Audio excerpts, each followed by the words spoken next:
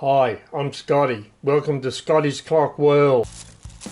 This is the going side of this movement. This is the strike side. So as we take it to pieces, we'll put the parts in our relevant containers. It'll make it easier to put it back together again. It's always easy to tell the strike side of a movement because it has one of these in it.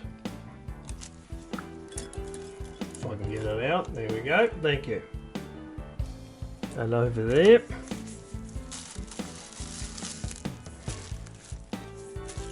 Now some levers. The lift levers. Put them aside. The J hook, which is that piece there.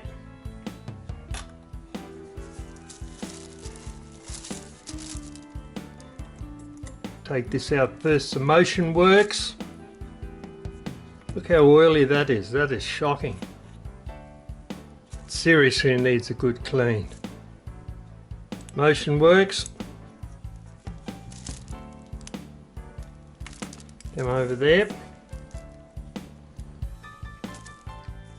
And that guy. Second wheel. They're decent sized wheels too. We'll take the second wheel out, put that over there. First wheel. That allows us to take the spring out in one piece.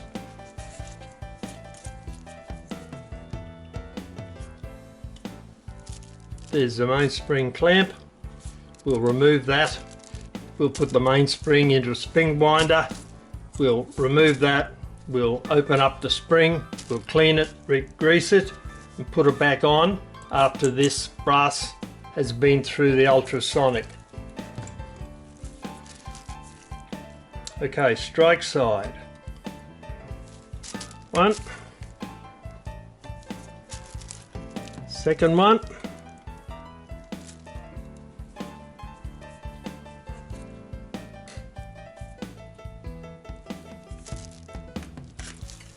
Then we'll take the spring off.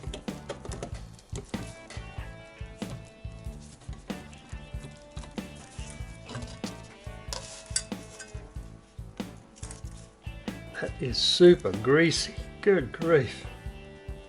That is shocking.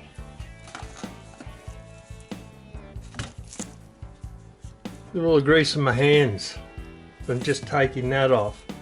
Down there. Should never have that on a clock.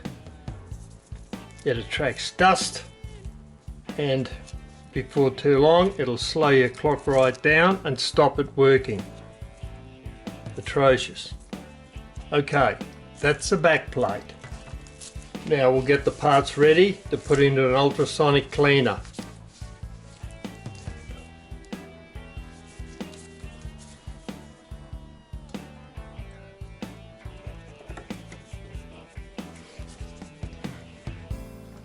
We'll get a set of cutters. We'll cut ourselves a little bit of wire to put the pieces together.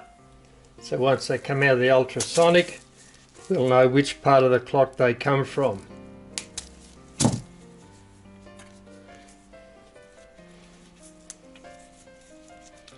And first, hammer wheel, first wheel, and the fly. Whoops. I think... no, fly will have to go in separately. Okay. Tied those up. Cut another small bit of wire.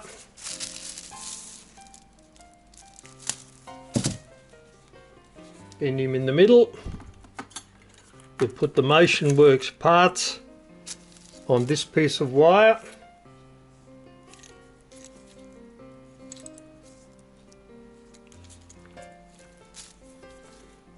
And the third one. Tie them off. Another piece of wire.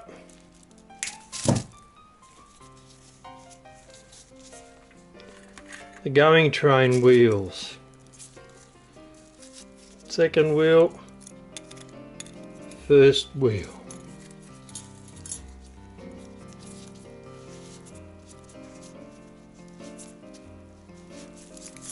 Get together. Now we'll do a quick wipe on the plates, get rid of some of that oil that is everywhere.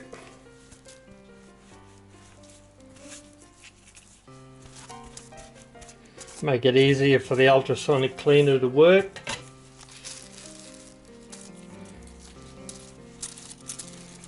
Clean up all that gunk. We'll take the escape wheel out.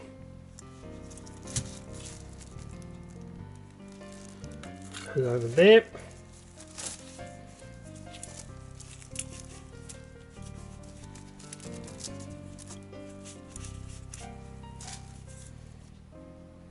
Right, that looks a bit better.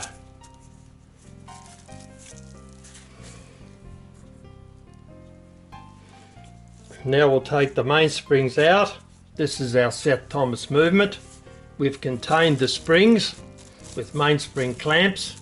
Now we're going to take the movement apart.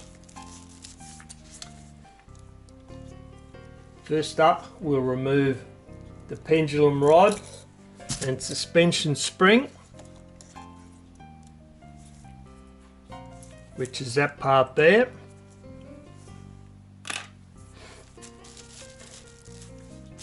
Now we'll take off the pallets by undoing that clamp that allows the pallets to be removed. Pop that back. You'll notice that the screws are pretty rough. We'll rework those before we put them back in again. They've been destroyed by people using the wrong type of screwdriver and just cranking it down, and because the angle of the blade is not correct, the screwdriver jumps out of the slot and makes a mess of it. You might notice here, it's a bit hard to see, but there's a number there, 5 7/8. That is the length, the total length of the pendulum for this movement. Got no power on this because we've contained the springs. So let's start undoing.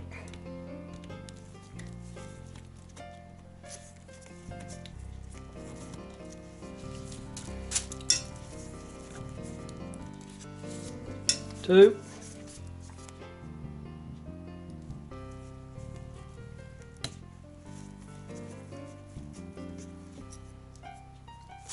Third one.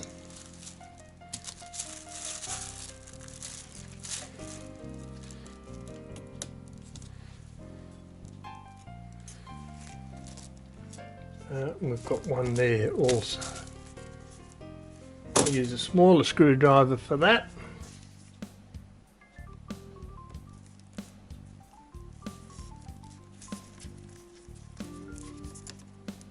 Little brass one. Put it out, put it aside. Now we'll slowly lift the top plate.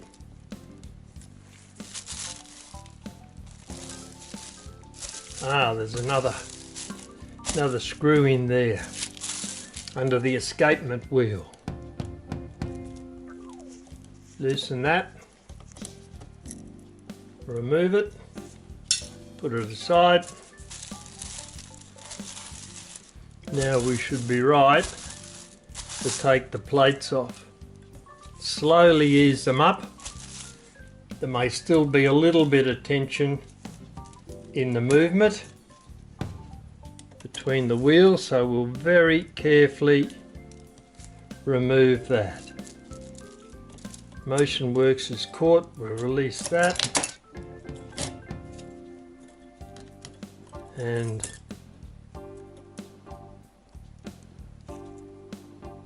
There we go. That's the top plate, the count wheel, the escape wheel up there.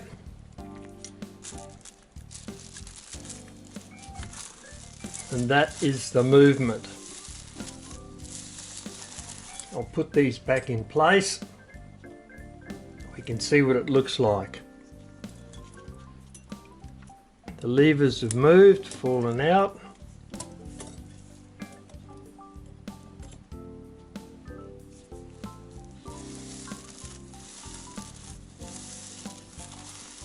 Down that way. That's the hammer lever.